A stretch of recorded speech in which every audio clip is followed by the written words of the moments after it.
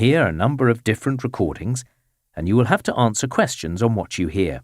There will be time for you to read the instructions and questions, and you will have a chance to check your work. All the recordings will be played once only.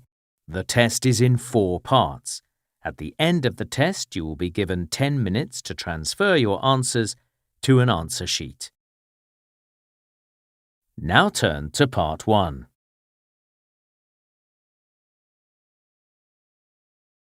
You will hear a conversation between a man who wants to make an insurance claim and a woman who works for an insurance company.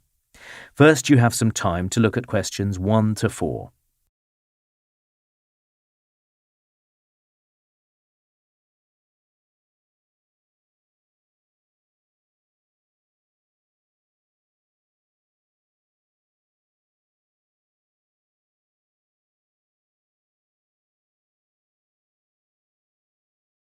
Now we shall begin.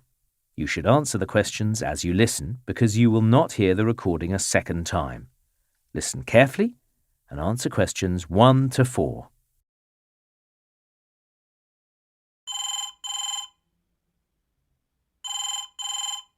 Good morning, Star Insurance. How can I help? Oh, good morning. I'm calling to make an insurance claim. It's for damage to my house. All right. I'm just going to get a few details down first. What's your name, please? It's Greg Williams. OK, thank you. And what's your policy reference, please? Is that the long number with the letters in the middle? That's right. It's 05443 CHI 771. OK. Right, yes, I've got your details on the computer now. So, can I confirm your address? According to our records, you live at 102 Market Street in Northbridge. Is that right? That's correct. All right, good. And the last thing I need to check, what's the best phone number to get you on? Is it the number you're calling on now? No, I'm calling from work. Let me give you my mobile phone number. It's 018 669 925. Thanks. So, can you give me a description of the damage? When did the incident occur? Sunday the 17th of June. I see. And what was the cause of the incident? How did the damage happen? Right. No one was home at the time, which was fortunate, I suppose.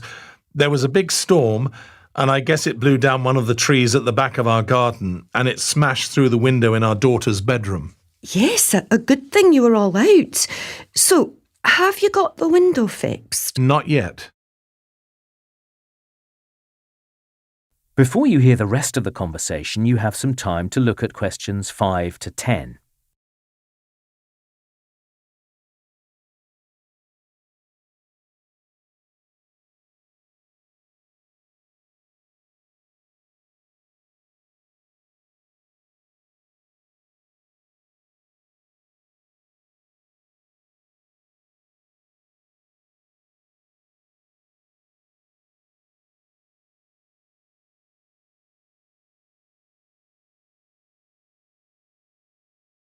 Now listen and answer questions 5 to 10.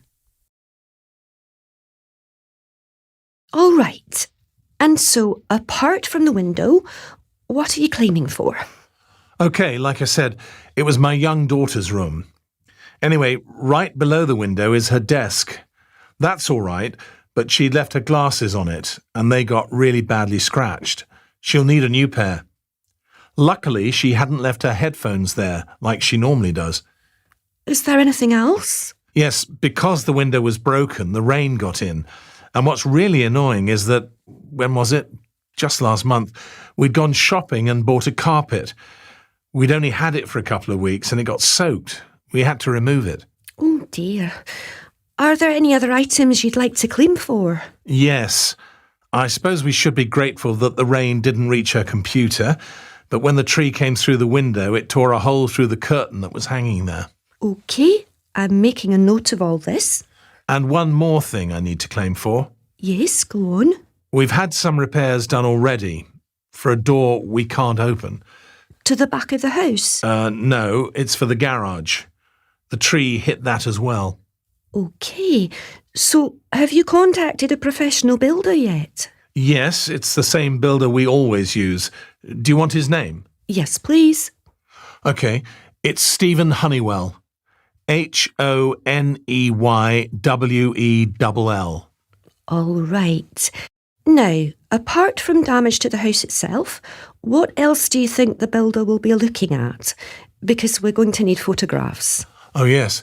Well, he'll be putting up a fence for us between our house and the neighbours, because the one we've got now was smashed by the tree.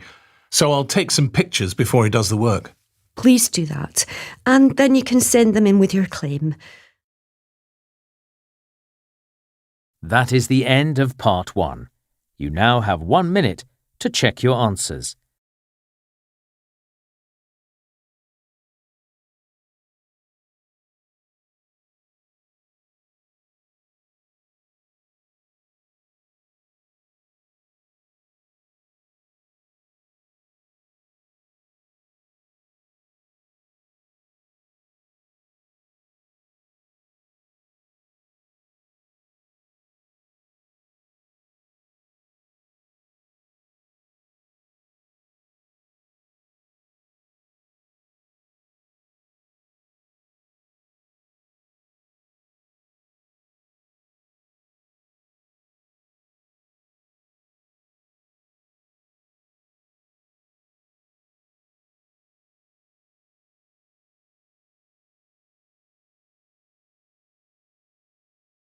Exam practice, test 4. Listening, part 2.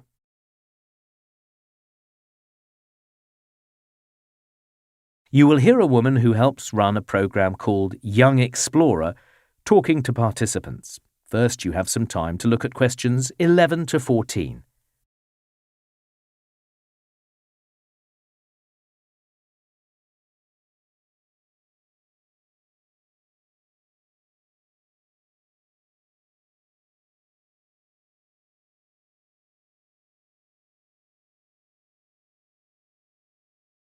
Now listen carefully and answer questions 11 to 14. All right, shall we start? It's good to see so many people keen to participate in our Young Explorer programme. I think that at this meeting we have groups from 12 different high schools. I can promise you that while it's challenging, it's also going to be a lot of fun. The Young Explorer programme offers some unique opportunities to participants. During the programme, you'll be trekking through forests, or maybe mountain tracks, or perhaps kayaking along the coastline. It can be a tough few days, but this part of the programme really gives your group an occasion to work as a team. Some kind words and encouragement can go a long way, whether it's convincing someone they can walk the last 5 miles or helping them fit everything back inside their backpack. No one's in charge, it's all about cooperation, and please don't see it as a race. There are going to be moments when there is disagreement about which way to go or where to camp for the night, but here's the chance to listen properly to the opinions of others and reach a decision that's best for everyone. It's an opportunity not many other programs provide. Later this morning, you need to choose a weekend when you can attend some preliminary training. A number of practical subjects will be covered to ensure you get the most out of your 4-day trek. Now, everything you eat and drink, you'll have to take with you. You'll also have to use a portable stove and the fuel it requires. We'll make sure you know how to use that safely during the training session. We don't want you or the food to get burnt, or for you to accidentally set light to any trees. Training will also include learning how to read a map and use a compass, so you can head in the right direction. You'll also need to know how to put up a tent and where to put it. For example, putting it next to a river or stream might seem like a good idea, but there are plenty of reasons not to. Before you hear the rest of the talk, you have some time to look at questions 15 to 20.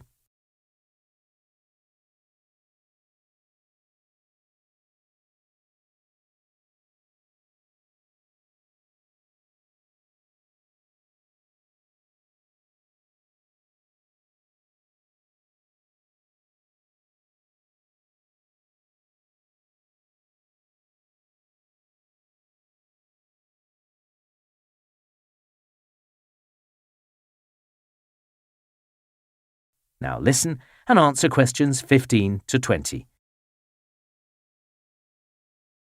OK, there are 6 tracks on your list and your group can decide which track it wants to take. Each of them are about the same distance, but very different in other respects. The first one, North Face, that's one of my favourite tracks. It takes you high up into the mountains and the view is stunning. But we've just heard that some maintenance work is taking place, unfortunately, and so people aren't allowed to use it at the moment. But the other tracks are very interesting too. You've got Blue River, which I'd thoroughly recommend, but you need to keep an eye out when you're walking that track. It's easy to slip on the rocks when you're crossing the river, and you do have to cross it several times. Then there's Pioneer Track, which takes you through some native forest.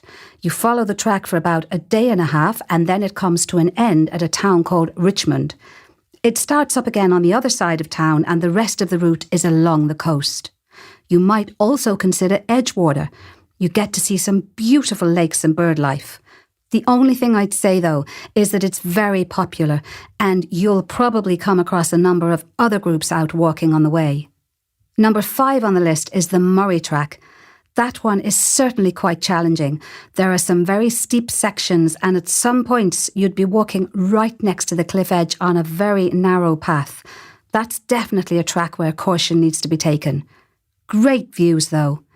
And last but not least is Lakeside Track, which, as the name suggests, takes you along one of our biggest lakes. It has some terrific camping spots, but that also means it's a bit of a tourist attraction, and you could well be sharing the track with many other visitors. Anyway, it's up to you which track you decide to take. That is the end of part 2. You now have half a minute to check your answers.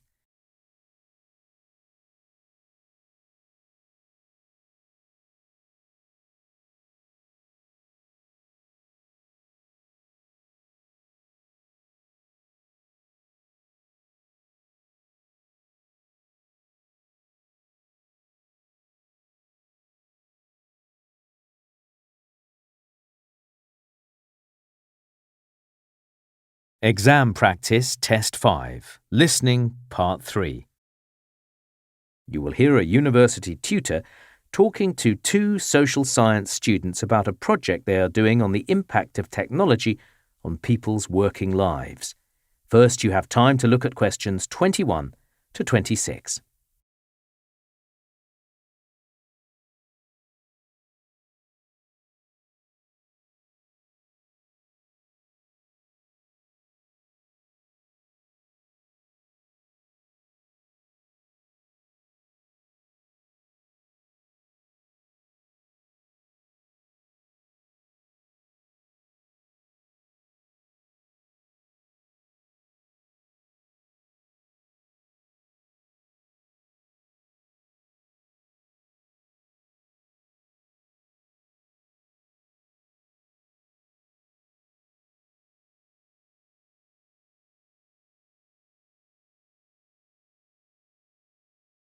Now listen carefully and answer questions 21 to 26.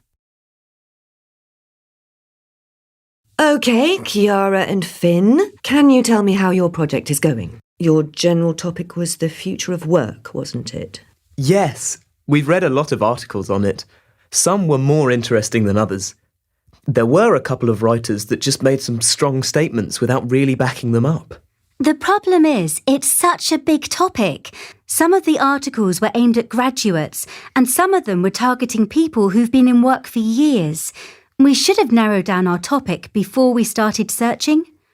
But anyway, the focus was always the changing nature of jobs, how it's all happening so quickly. Exactly. Every single article said we can forget the way things used to happen.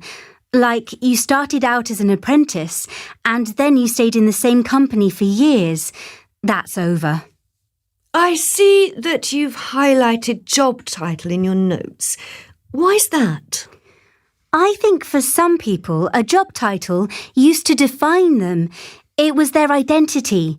They worked their way up from the bottom, and eventually one day they became manager or head of department.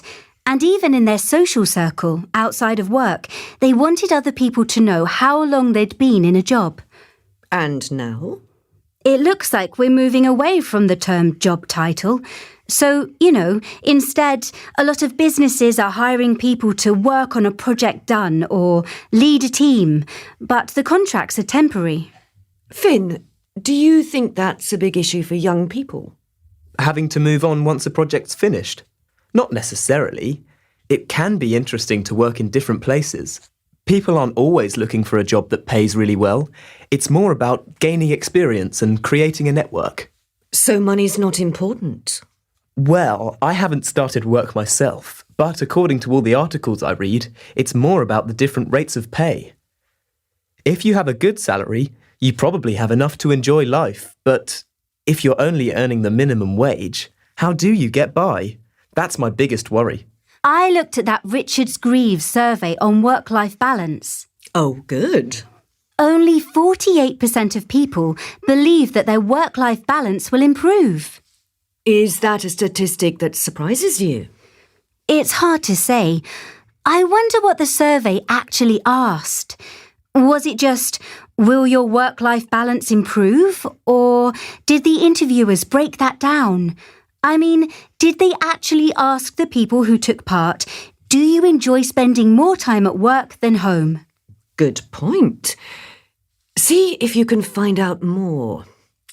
Finn, what else have you been researching? Learning new skills. The general view is that employers are just going to want their workers to constantly upskill. And apparently, employers will expect them to attend courses at weekends or after work, not as part of the working day. I don't think that's a bad thing, as long as the company pays for it. And think about it. If you were smart, you'd study things that would help you if you had to change companies. I hadn't thought about that. Yes, good thinking.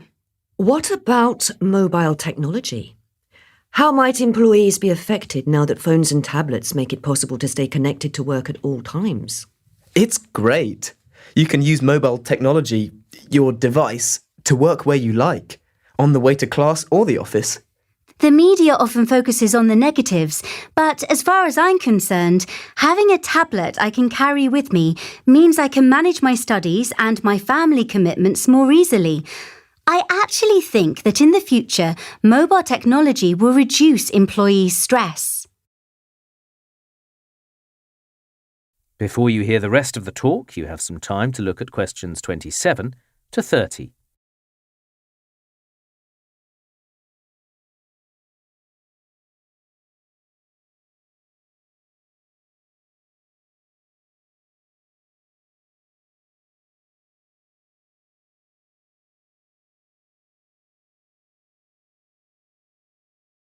Now listen and answer questions 27 to 30. So, let's focus on the impact of artificial intelligence on jobs. To what extent do you think it'll help people in their professions or be a threat? I was reading about architects using AI in the future. The writer was saying that one day, architects will use holograms. Then their clients could see a three-dimensional house rather than just looking at a flat plan. As soon as one architect starts to use AI, all the rival architects in the same area will have to use AI too. That's the only way they'll manage to keep their clients.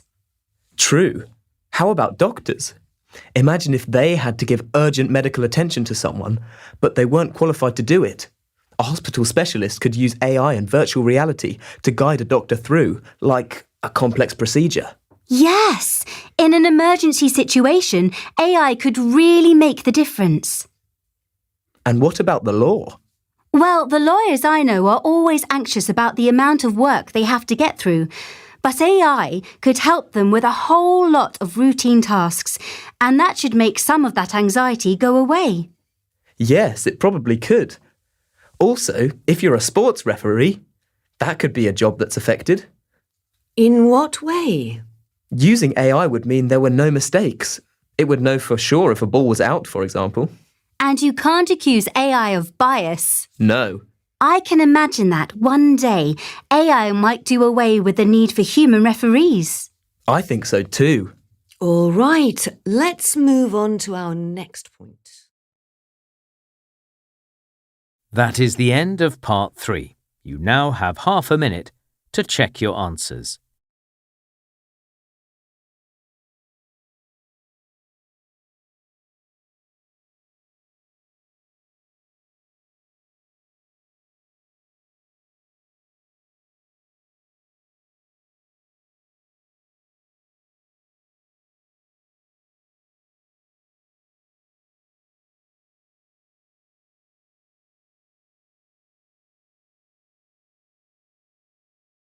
Exam practice, Test 5, Listening, Part 4. You will hear a lecturer giving a presentation about the Klondike Gold Rush. First, you have some time to look at questions 31 to 40.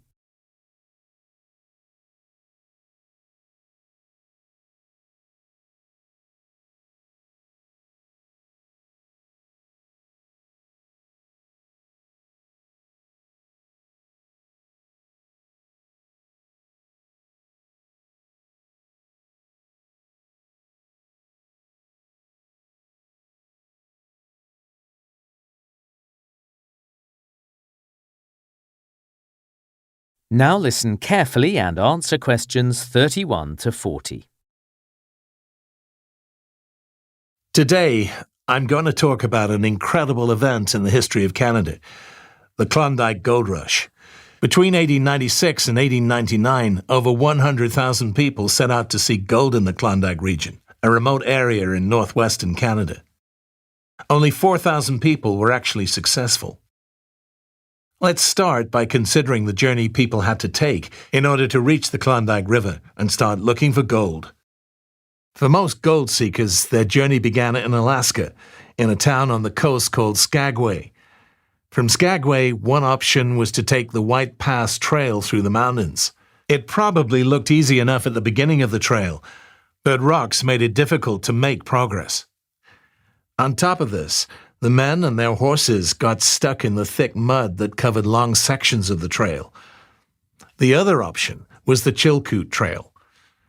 Now, although this trail was only about 35 miles long, it took about 3 months for the gold seekers to cover this distance. This is because the trail was incredibly steep, and people had to make the same trip multiple times in order to transport their equipment. Most people really had very little idea about how difficult the journey was going to be.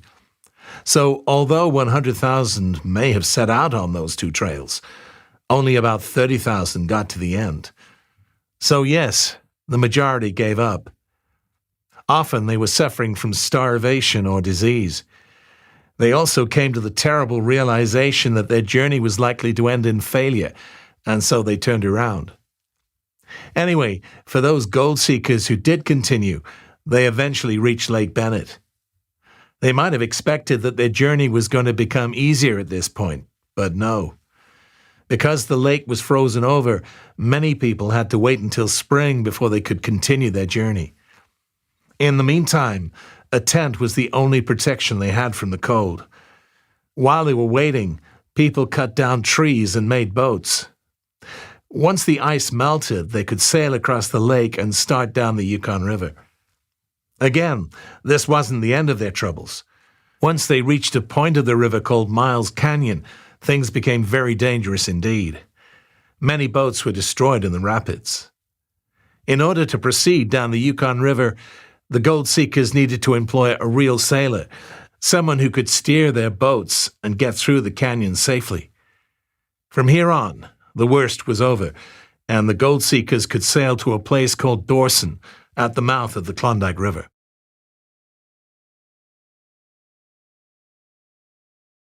So earlier on, I mentioned that gold seekers needed to make multiple trips up and down the two trails. This is because they had to transport an enormous amount of equipment.